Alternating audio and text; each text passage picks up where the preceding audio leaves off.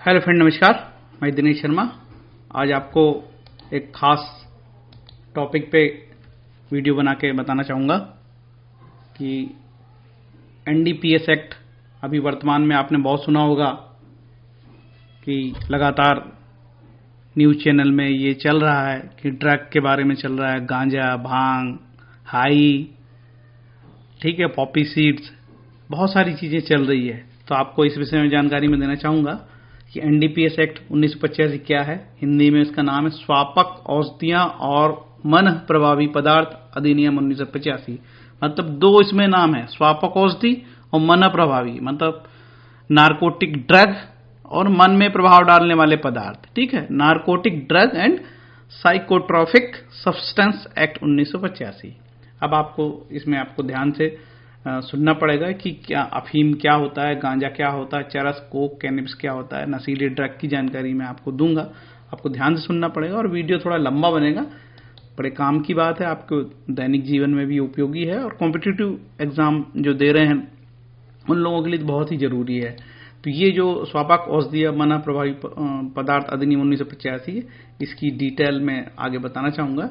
Actual ये जो अधिनियम है टोटल सेक्शन 83, इसमें मतलब 83 धाराओं का यह अधिनियम है, जिसमें चैप्टर 6 तक दिए हुए हैं, ठीक है, 6 अध्यायों में बटा हुआ है और इसमें शेड्यूल भी लगी है और कुछ नोटिफिकेशन लगे हैं। तो 3 शेड्यूल लगी और कुछ नोटिफिकेशन लगे हैं। समय समय पर सरकार कई ड्रग को नोटिफाइड कर देती है, शेड्यूल में डाल देती है, बोले नहीं ये ड्रग जो है हमारे सरकार के नियंत्रण में रहेगा और उसी के हिसाब से इसका व्यापार आपको करना होगा। तो आगे चलते हैं और डिटेल देखते हैं इसमें कि ये जो एक्ट लागू हुआ था ये 14 नवंबर 1985 को लागू हुआ था। बड़ा महत्वपूर्ण एक्ट है, बहुत ही प्रभावशाली एक्ट है। इसमें सजा भी बहुत अधिक है, अधिकतम 20 वर्ष तक की सजा का प्रावधान दिया हुआ है। अब इसमें जो एक्ट है उसका मूल जो है मंतव्य है, एक्ट का जो मूल धारणा है उसके विषय में जान लेते हैं कि एक्ट कहता क्या है। तो ये जो एक्ट के बारे में मैं आपको, बहुत बड़ा एक्ट है, 83 धाराओं का एक्ट है, सारी चीज तो बताना संभव नहीं है, लेकिन इसके पहले अध्याय में एक्ट के बारे में लिखा है, फिर इसके बाद दूसरे अध्याय में प्राधिकरण और अधिकारियों के बारे में लिखा है, अथॉरिटीज एंड ऑफिसर्स के बारे में दिया हुआ है। आगे चलते हैं। आगे इसमें फिर अध्याय 3 में जो है, अध्याय 3 में औषधियों के दुरुपयोग के नियंत्रण के लिए राष्ट्रीय निधि बनेगी, national fund for control of drug abuse, उसके लिए बताया गया। इसके बाद अध्याय 3 में आगे अध्याय 2 का फिर अध्याय 3 है, इसमें प्रोविजन, कंट्रोल एंड रेगुलेशन के बारे में दिया हुआ है। इसके बाद अध्याय 4 में अपराध और शास्तियां, ऑफेंस एंड पेनाल्टीज, कि कोई व्यक्ति अपराध करेगा तो उसमें क्या क्या सजा हो सकती है। इसके बाद अगला अध्याय है अध्याय 5, इसमें प्रोसीजर बताया गया है कि किस तरीके से कोई व्यक्ति यदि इस प्रकार के जो शेड्यूल्ड में निर्धारित ड्रग का व्यापार करता है, अवैध व्यापार करता है, तो उसको कैसे सीजर करेंगे, उसकी प्रक्रिया कैसे जब्ती करेंगे, ठीक है, उसके विषय में दिया है। ओके। और अवैध रूप से अर्जित संपत्ति का प्रणय। खास बात है कि अध्याय 5 काम दिया है कि कोई व्यक्ति ऐसे ड्रग से, अफीम, गांजा, चरस, कोकीन, जो भी सरकार ने उसको शेड्यूल में डाला, सूचीबद्ध किया है कि ये व्यापार आप नहीं कर सकते, उसका अवैध रूप से व्यापार करेगा, उसकी संपत्ति को भी सरकार जब्त कर सकती है। Forfeiture of the illegal acquired property, ठीक है, बहुत ही खतरनाक ये जो एक्ट है और 20 वर्ष की सजा का प्रावधान है। बहुत इंटरेस्टिंग है। आगे आप थोड़ा धैर्य रखिए, थोड़ा बड़ा बनेगा वीडियो। इसमें मिसलेनियस दिया है और नोटिफिकेशन ये दिया, आखिरी में इसके नोटिफिकेशन दिया और ड्रगों की सूची भी दी हुई है, ठीक है, कौन कौन से ड्रग है। तो आगे ड्रगों की सूची भी हम देखेंगे। इस प्रकार से ड्रगों की सूची दी है एक्ट में, ठीक है। ये इतने जो ड्रग है जो नोटिफाइड है सरकार के, इनका किसी भी प्रकार से व्यापार करने के लिए सरकार से परमिशन लेनी पड़ेगी। और सरकार ने कहा है कि स्मॉल क्वांटिटीज की 2 ग्राम होती, यहाँ पे लिखा हुआ है कि स्मॉल क्वांटिटी कितनी होगी और कमर्शियल क्वांटिटी क्या होगी, कितनी कमर्शियल क्वांटिटी मानी जाएगी, कितनी स्मॉल क्वांटिटी मानी जाएगी, क्योंकि इसी के आधार पर जब आगे जाओगे, जब इसमें दंड की बात आएगी, तो कोई व्यक्ति यदि स्मॉल क्वांटिटी का यूज करता है तो दंड का भागीदार नहीं है, यदि कमर्शियल यूज करता है बिना अनुमति के यूज करता है तो दंड का भागीदार है। तो इस प्रकार से इसमें यह सूची बनी हुई है, इतने ड्रग इसमें दिए हुए हैं, यह सूची आगे दी हुई है, और आगे सरकार जब भी जरूरत पड़ती है तो और सूची में इस प्रकार की चीजें इंक्लूड करती है। अब इसमें देखते हैं कुछ एक्ट में कुछ परिभाषाएं दी हुई है। एक्ट बनाने की क्यों जरूरत पड़ी? एक्ट बनाने की जरूरत इसलिए पड़ी कि लगातार 1985 के पहले संयुक्त राष्ट्र स्तर पर और भी इंटरनेशनल कन्वेंशंस हो रहे थे, और उनमें ये बात आती थी कि इस प्रकार का जो ड्रग हैं इनको नियंत्रण करना चाहिए, अदरवाइज बहुत लोग नशे के आदी हो सकते हैं और पूरे समाज को नुकसान हो सकता है। स्वापक औषधियों से संबंधित विधि का समेकन और संशोधन करने के लिए स्वापक औषधि और मनोप्रवाही पदार्थों से संबंधित संक्रियाओं के नियंत्रण और विनियमन के लिए स्वापक और औषधि मन प्रभावी पदार्थ अवैध व्यापार से प्राप्त या उस प्रयुक्त संपत्ति के अपहरण समहरण का उपबंध करने के लिए स्वापक औषधि और मनोप्रभावी पदार्थ पर अंतर्राष्ट्रीय कन्वेंशन हुए। उसके बाद ये कानून बनाया गया 1985 में, भारत में ये कानून बना, और जो मैंने आगे बताया कि 14 नवंबर 1985 से ये लागू हुआ। आगे चलते हैं। अब इसमें इसका जो जैसे आपका नाम होगा, ये नाम ही एक हिंदी में बड़ा अटपटा टाइप का स्वापक है ना, नारकोटिक ड्रग और साइकोट्रोपिक सब्सटेंस, मन में प्रभाव डालने वाला पदार्थ, साइकोट्रोपिक सब्सटेंस, नारकोटिक ड्रग, स्वापक। इसका भाषा भी थोड़ी सी जटिल है, ये एक समस्या है, इसलिए आपको हर चीज का अंग्रेजी जानना बहुत जरूरी होगा कि narcotic drug and psychotropic substance Hindi, और हिंदी के बाद उसका अंग्रेजी, ये जानना आपको बहुत जरूरी होगा। व्यसन को हिंदी में एडिक्ट कहते हैं, एडिक्शन, ठीक है, तो उसमें अंग्रेजी जानना आपको बहुत जरूरी होगा, नहीं तो कई बार हिंदी में जो क्वेश्चन आते हैं वो जटिल होते हैं। कैनबिस ये गांजा का पौधा होता है, इसको अंग्रेजी में हैम्प भी कहते हैं, ठीक है। इसमें कैनबिस से अभिप्रेत क्या है, कैनबिस की परिभाषा क्या होती है, ये जानना जरूरी है कि कैनबिस हैम्प मीन्स क्या होता है, ठीक है। हिंदी में देख लेते हैं थोड़ा। चरस अर्थात कच्चा या शोषित किसी भी रूप से पृथक किया गया रेजिन जो कैनबिस के पौधे से प्राप्त होता है। आगे ये रेजिन कैसे बनता है, और पॉपी सीड से जो होता है, जो गांजा होता है या पॉपी सीड होती है, या उससे कैसे रेजिन निकाला जाता है, वो उसके विषय में मैं बताऊंगा आपको कि कैसे बनता है, ये किस तरीके से होता है। गांजा अर्थात कैनबिस के पौधे के फूलने और फलने वाले सिरे, इनके अंतर्गत बीज, पत्तियां सब आता है, ठीक है। कैनबिस का पौधा होता है, कैनबिस वंश का कोई अभिप्रेत पौधा कहलाता है इसे, ठीक है। कोका के उत्पाद क्या होते हैं, कोका का वृक्ष कैसा होता है, उसके विषय में जाएंगे। कच्चा कोकीन अर्थात कोका की पत्ती, ये कोका का उत्पाद भारत में नहीं होता है, ठीक है। इसका उत्पाद कहां होता है आगे मैं बताऊंगा। तो इसको अंग्रेजी में देख लेते हैं। कैनबिस प्लांट, और कोका को बोलते कोका डेरिवेटिव, ठीक है। कोका लीफ का उपयोग होता है, जैसे गांजे की लीफ होती है जैसे कोका की लीफ होती है। आगे चलते हैं।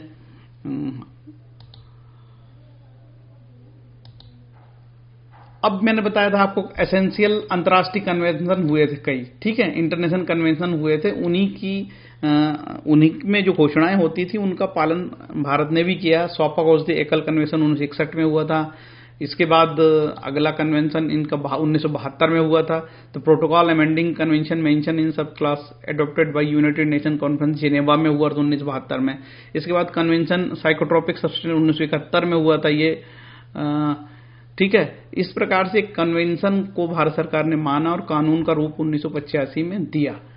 अब ये स्वापक औषधि क्या होती है, अफीम के उत्पाद क्या होते हैं। अफीम से मतलब होता है अफीम पोस्ट पर स्कंदित रस, अफीम पोस्ट के स्कंदित रस का कोई मिश्रण, चाहे वो निष्प्रभावी पदार्थ सहित हो या उसके बिना हो, और अफीम के वैध उत्पाद, ठीक है। Opium means the coagulated juice of opium poppy, ठीक है। पॉपी क्या होता है, इसका कौन सा वृक्ष होता है मैं आगे आपको बताऊंगा। ओपियम डेरिवेटिव्स क्या होता है, कैसे निकाला जाता है, इसकी भारत में फैक्ट्री कहाँ ये बताऊंगा। थोड़ी सी भाषा टफ है। नारकोटिक ड्रग क्या होता है, मीन्स कोका लीफ, कैनबिस, ठीक है, कोका की पत्ती या कैनबिस, हैम्प, गांजा, opium, Poppy straw includes of manufactured drug, इससे नारकोटिक ड्रग बनते हैं भारत में, ठीक है, और दुनिया में भी। आगे चलते हैं। और साइकोट्रिक सब्सटेंस, मन में प्रभाव डालने वाले जो तत्व होते हैं, ये तो इसकी परिभाषा रही, मैंने बहुत जल्दी में आपको बता दिया हूं। कि बहुत लंबा वीडियो बनेगा तो खींचेगा। अब ये बाबा रामदेव की एक किताब है, उसमें मैंने देखा था कि ये गांजा भांग को क्या बोलते हैं, तो उसमें गांजा को बोलते हैं कैनाबिस, कैनाबिनेसी, और इसका अंग्रेजी नाम है इंडियन हैप, HEMP, हैम्प। संस्कृत में इसको भंगा, विजया, बंधकारणी, मादनी बोलते हैं। हिंदी में भंग, भांग, गुजराती में भांग, मराठी में भांग, बंगाली में सिद्धि भांग, अरबी में किन्नाब, कुन्नब, फारसी में कनब, किनब, बंग आदि से बोलते हैं। और ये जो गांजा का जो पेड़, इसकी मैं हिस्ट्री भी बताना चाहूँगा। बहुत पुराना ये गांजा का पेड़ है और जो है निश्चित रूप से ये दवा के काम में भी आता है गांजा का पेड़। ये बाबा रामदेव की किताब से मैंने इसकी जानकारी लिया हूँ, आयुर्वेद जड़ी बूटी रहस्य में। सब रहस्य ही रहस्य है और देखते हैं आगे क्या होगा इस रहस्य में। अब यदि कोई व्यक्ति ये गांजे का इस प्रकार से व्यापार करता है, जो शेड्यूल ड्रग मैंने आपको बताया था अधिनियम में आखिरी में सूचियां दी है और ड्रग की लिस्ट दी हुई, इस चीजों का यदि कोई व्यापार करता है तो क्या होगा। यदि कोई व्यक्ति इसका व्यापार करता है पोषण के संबंध में उल्लंघन के लिए दंड, तो कितना दंड होता है। जहां उल्लंघन की अल्प मात्रा होगा, मैंने आपको पहले बताया था वहां सूची दी हुई है कि कौन सी मात्रा कितनी ग्राम में अल्प होगी, कितनी अधिक होगी। यदि कोई अल्प मात्रा में करता हो, कठोर कारावास है जिसकी अवधि 1 वर्ष तक हो सकती है, हो सकेगी, या जुर्माना से जो 10,000 का। जो उल्लंघन वाणिज्यिक मात्रा से कम किंतु अल्प मात्रा से अधिक में करता है, जो कमर्शियल से थोड़ा कम में करता है, उसके लिए अधिकतम 10 वर्ष की सजा और कठोर कारावास। कठोर कारावास का अलग मतलब होता है, मैं बाद में आपको बताऊंगा, ठीक है। सजा का प्रावधान इसमें बहुत ज्यादा है। जो उल्लंघन वाणिज्यिक मात्रा से संबंधित है और कठोर कारावास से जिसकी अवधि 10 वर्ष से कम की नहीं हो किंतु 20 वर्ष। जो कहा जाता है कि भाई आपको 2 किलो गांजा पकड़ा गया और 2 किलो की परमिशन नहीं है, आपको वाणिज्य में भी परमिशन नहीं है, मतलब व्यापार करने के लिए भी एक निर्धारित मात्रा तय करी सरकार ने, उससे अधिक आप व्यापार करोगे तो आपको 10 से 20 वर्ष तक की सजा होगी, 1 लाख तक का जुर्माना होगा। कोका के पौधे और कोका की पत्तियां बेचने के लिए भी इसी प्रकार के दंड हैं। निर्मित अफीम के संबंध में उल्लंघन के लिए भी इसी प्रकार के दंड हैं। आगे चलते हैं। अफीम पोस्ट और अफीम के संबंध में उल्लंघन के लिए भी इसी प्रकार के दंड है, 1 वर्ष, फिर 10 वर्ष, फिर अल्प मात्रा में 1 वर्ष, और अधिक निर्धारित मात्रा से कम में 10 वर्ष, और निर्धारित मात्रा से अधिक में वाणिज्यिक कमर्शियल में 10 से 20 वर्ष और 1 लाख का जुर्माना। खेतिहर द्वारा अफीम के गमन के लिए किसी व्यक्ति को निर्धारित, आपने देखा होगा कि भारत में जो रतलाम है, नीमच है, मंदसौर है, यहां पे कुछ लोगों को पट्टे मिले हुए हैं अफीम की खेती के लिए, और वो निर्धारित मात्रा में अफीम पैदा करते हैं, उसी जमीन में करते हैं, जिस जमीन का पट्टा वहीं पे करते हैं, और इसके बाद सरकार को जो प्रोडक्शन होता है वो जमा करते हैं। यदि आपने वो प्रोडक्शन को नहीं जमा किया, उत्पाद को, और अपने निजी को उपयोग के लिए रखा, तो भी आपको फिर उसमें इस प्रकार से सजा के लिए लिखा कठोर कर। इसकी केंद्रीय सरकार के लिए अफीम पोस्ट खेती के लिए अनुज्ञप्त जो कोई खेतीहर उत्पादित अफीम या उसके किसी भाग का गबन करेगा, उसका अन्य अवैध व्यसन करेगा, वो कठोर कारावास से जिसकी अवधि 10 वर्ष की होगी। पता लगा उसका प्रोडक्शन 50 किलो हुआ और उसने 20 किलो ही जमा करे और 30 कहीं प्राइवेट पे बेच दिए तो उसको 10 वर्ष की सजा होगी, ठीक है। बहुत ही खतरनाक किस्म का ये एक्ट है, इसलिए NDPS नाम के एक्ट से ही लोग डरते हैं। कैनिबस के बीज और कैनिबस के संबंध में उल्लंघन के लिए, कोई गांजा के संबंध में किसी प्रकार के सरकारी निर्देशों का कोई उल्लंघन करेगा तो भी वो सजा का पात्र होगा। उसमें भी सजा का इसी प्रकार का प्रावधान है, 1 वर्ष, फिर 10 वर्ष, फिर अधिकतम 20 वर्ष, ठीक है। आगे चलते हैं। मना प्रभावी पदार्थों के संबंध में उल्लंघन, मतलब साइकोट्रोपिक जो बता सब्सटेंस, ये किसी भी रूप में हो, कई प्रकार से जो गांजा होता है, गांजा के पत्ता होता है, उसका फिर अर्क निकलता है, और कई प्रकार की प्रोसेसिंग से किसी भी प्रकार का वो ऐसा ड्रग है जिसने सरकार को मना की है सरकार ने, यदि वो कम मात्रा में जाएगा तो 1 वर्ष, और अधिक मात्रा में 10 वर्ष, और अधिक मात्रा में पकड़ा जाएगा तो 20 वर्ष की सजा का प्रावधान होगा। स्वापक औषधियों का मना प्रभावी पदार्थ का अवैध रूप से आयात निर्यात करेगा तो भी सजा का प्रावधान है, ठीक है, देश के अंदर या देश के बाहर। अब आपने सुना होगा भी टीवी में बहुत चला कि मुंबई की फिल्म इंडस्ट्री के लोग भी ड्रग लेते हैं, और आपने सुना होगा उनमें धारा 27 NDPS की लगा दिया और धारा 27 का भी लगा दिया। एक्चुअल क्या है कि जो व्यक्ति नशा करता है और नशे के लिए कम मात्रा में रखता है तो उसमें 1 वर्ष की सजा का प्रावधान है, और यदि कोई व्यक्ति नशा करने के साथ अवैध व्यापार को आगे बढ़ाता है तो उसमें 27 का की धारा, अवैध व्यापार का वित्त पोषण करने और अपराधियों को संश्रय देने के लिए ऐसा कोई करेगा तो 10 वर्ष तक की सजा का प्रावधान है, ठीक है। तो ये सजा का अभी जिक्र मुंबई में आया था, धारा 27 और 27 का NDPS एक्ट, ठीक है, 1985। ये इस प्रकार से ये एक्ट है और इसमें एक सूची भी दी हुई है पीछे। आगे चलते हैं। और निश्चित रूप से मुझे लग रहा है कि आप लोगों को समझ में आ रहा होगा, थोड़ा कठिन जरूर है लेकिन है काम की बात। अब ये जो एक्ट है ये इसमें हिंदी में भी सूची दी हुई है, ये कॉम्पिटिटिव एग्जाम में भी आ सकता है कि एल्फेटेनिल क्या है। आप बोलोगे नहीं ये ड्रग है, ठीक है, मतलब कौन सा ड्रग होगा, नारकोटिक्स में ड्रग में कौन सा ड्रग कहलाएगा, ये नारकोटिक ड्रग है या साइकोट्रोपिक सब्सटेंस है। तो ये इसकी सूची बनी है कि ये narcotic drug and trophic substance है। ये एग्जाम में आ सकता है कि अल्फासिटिल मेथाडोल क्या है या अल्फा मेथाडोल क्या है। आपको दिख देगा ये क्या, ये बोलेगा कि ये तो विटामिन है, आप हम विटामिन में भी टिक लगा सकते हो। तो ये सारी सूची तो आप रट नहीं सकते, लेकिन इसमें से जो उपयोगी चीज है इसका उपयोग जरूर कर लें। और ये सूची आप कहां से डाउनलोड करोगे, कौन सी वेबसाइट में मिलेगा, ये भी मैं आपको आगे बताता हूं, ठीक है। इस प्रकार से ये सूचियां दी हुई है, ये ड्रग है और इसका नाम तो हिंदी में बड़ा खतरनाक है, स्वापक औषधियां और मन प्रभावी पदार्थ, narcotics drug and psychotropic substance. Okay, ये इस प्रकार का दिया हुआ है। अब ये तो पीडीएफ की जो इंपॉर्टेंट पीडीएफ थी, मैंने ये आपको बताना उचित समझा, जो ऐसा लगा कि उपयोगी थी। ये मैंने आपको बताया यहाँ पे, और ये ड्रगों की सूची भी मैंने आपको बताया। अब आगे चलते हैं कि इसमें इस ड्रग के बारे में और डिटेल आप जानना चाहेंगे जो आप बहुत इंटरेस्टिंग है। ये गांजा को कैनाबिस बोलते हैं, जैसे गांजा भांग को, ठीक है। इसको हेम्प भी बोलते हैं, HEMP हेम्प। ये जो है कैनबिस एक साइंटिफिक नेम है इसका, और हायर क्लासिफिकेशन में इसको हेम्प बोलते हैं। रैंक इसका जीनस है जो बायोलॉजिकल टर्म है। कैनाबिस, मैरिजुआना, कैनाबिस आदि इसको बोला जाता है, ठीक है। आगे चलते हैं। ये जो गांजे का पौधा है ये बहुत पुराना पौधा है भाई।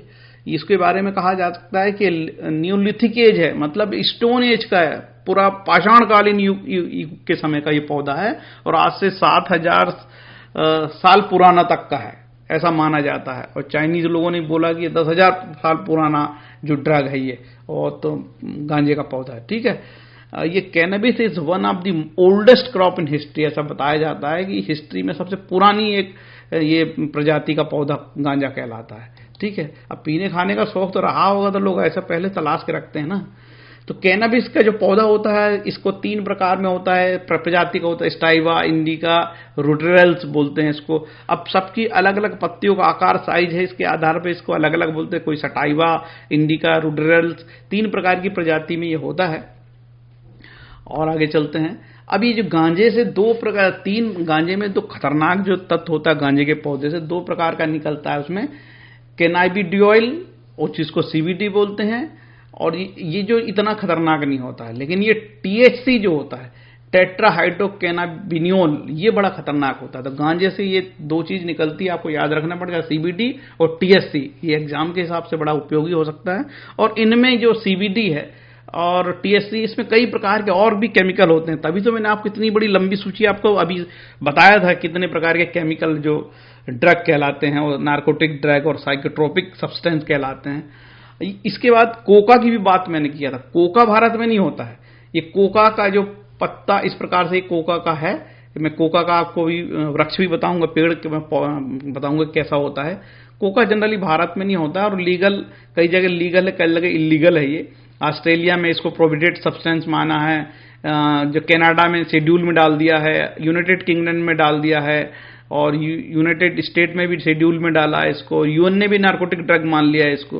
तो ये जो कोका है ये कहाँ कहाँ होता है? कोका की खेती जनरली हमारे यहाँ तो नहीं होती, लेकिन इसी Bolivia, north west Bolivia, Colombia, Ecuador, Peru आदि जगह में इसका होता है खेती, ठीक है। वो भी सरकार के अनुमति से होता है, क्योंकि वहां पे भी इसका यही व्यापार होता है।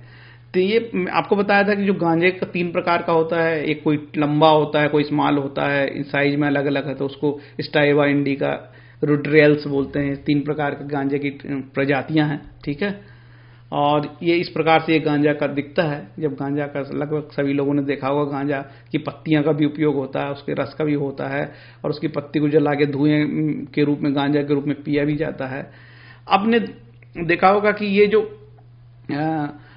पॉपी ट्री है, मतलब ये जो नीमच में जो खेती होती है भांग और गांजा की, और वहां पे अफीम की खेती होती है, पोस्त की, खसखस की खेती होती है, उसमें डोडा चूरा का बड़ा उपयोग होता है। ये डोडा को इस प्रकार से कट मारा जाता है, इसमें से काला काला रेजिन टाइप का निकलता है, ठीक है। तो ये जो काला है ये दिख रहा है आपको, इससे जो कट मारा जाता है, कट मार के जो कि एक कट मारते हैं, कट मारने का अलग औजार है, ये फिर दूसरा औजार उससे जो काला काला निकलता है उसको कलेक्ट करने का, ये जो दिख रहा है ये काला हो जाता है, और ये काला हो जाता है, इसके बाद इसको संग्रह करके फैक्ट्रियों में भेजा जाता है। इसके लिए भी परमिशन लगती है, और बिना परमिशन के ये व्यापार होता नहीं है। गांजा, हशीश तेल, भांग के पौधे से गांजा बनता है, फिर हशीश का तेल बनता है। और ये जो मैं बता रहा हूं ये डोडा है, ये खसखस का पौधा होता है, पॉपी ट्री, पॉपी बोलते हैं, ठीक है, उससे ये बनता है, ठीक है, डोडा चूरा। अब इससे इसका डोडा चूरा ये सूखने के बाद भी इसका उपयोग होता है, और ये जो डोडा सूखने के बाद इसको ऐसे बीज बनाया जाता है, और इसको भी उबाल के लोग पीते हैं, और उबाल के इसका लाल कलर का हो जाता है, उसमें भी बहुत नशा होता है, पॉपी सीड से बहुत ही उपयोगी होता है। मतलब ये जो खसखस है, पॉपी ट्री, हर एक चीज का उपयोग होता है। ये मंदसौर, नीमच, रतलाम इसकी खेती होती है। और अब कहाँ पे इसके एल्गेलाइट की फैक्ट्री कहाँ है, एक तो यूपी में एक फैक्ट्री है और एक नीमच में इसकी फैक्ट्री है। यूपी में कहाँ है ये भी मैं आपको बताता हूँ। इसको भांग का पौधा इस प्रकार से, कोको के टुकड़े, कोकीन सूंघकर लेने के बारे में दिया हुआ, कुछ कोकीन की जानकारी, कैसे ये कोकीन होता है, कोको के टुकड़े के बारे में बताया, कोकीन के बारे में, अफीम कैसा होता है, ये अफीम इस प्रकार से होता है, सिंथेटिक ड्रग, अफीम पोस्त, भांग का पौधा, ठीक है। ये कोका के बारे में, ये कोका का जो पेड़ है ये इस प्रकार का कोका का वृक्ष दिखता है, ठीक है, जिसकी खेती भारत में नहीं होती है। आगे चलते हैं, वीडियो लंबा बन रहा है। ये वेबसाइट है नारकोटिक्स इंडिया, nic.in के नाम पे है, इसकी बड़ी खेती इसकी वेबसाइट है, और इसमें बहुत सारी डिटेल आप चाहे तो देख सकते हैं। और ये government opium and alkaloid factories की है, इसकी वेबसाइट है www.goaf.in। इसमें भी आपको मिलेगी कि भारत में 2 फैक्ट्रियां हैं। भारत में गाजीपुर यूपी में फैक्ट्री है, एल्कलॉइड फैक्ट्री है, और दूसरी नीमच में फैक्ट्री है, ठीक है, और दूसरी नीमच में, गाजीपुर में। इसकी कब कब हुआ, डेट भी दिया हुआ है, इस फैक्ट्री में जाके, इसकी वेबसाइट में जाके डिटेल निकाल सकते हो। गाजीपुर की में क्या क्या केमिकल होता है, कौन सा अफीम बनता है, कौन सा प्रोडक्ट बनता है, खासकर साइकोट्रोपिक ड्रग कौन सा बनता है, नार्कोटिक कौन सा ड्रग, ये सूची दी हुई है जो कॉम्पिटिटिव एग्जाम में काम आ सकती है। और इसी तरह की नीमच में क्या क्या होता है, कोडाइन फॉस्फेट, थाइबीन, ये मोर्फिन सल्फेट, ये आप जो है इससे यहां से देख सकते हैं। और मैंने आपको वेबसाइट का भी पता बताया है। और www.unodc.org, United Nations office on drug and crime, United nation भी इसको कंट्रोल करता है, उन्हीं के कहने पे सारे एक्ट बने हैं। तो इस प्रकार से ये बना। तो ये थोड़ा सा एक्ट बड़ा लंबा हो गया और बहुत ज़्यादा समय मैंने ले लिया, लेकिन सारी चीज़ें बताने की थी। फ्रेंड्स, मेरा ये वीडियो आपको कैसा लगा? यदि अच्छा लगा हो तो चैनल को सब्सक्राइब करें, और जो है प्रेस दी बेल आइकॉन, इसको दबाएं चैनल को, जिससे कि आपको नया नोटिफिकेशन मिलेगा। Thank you.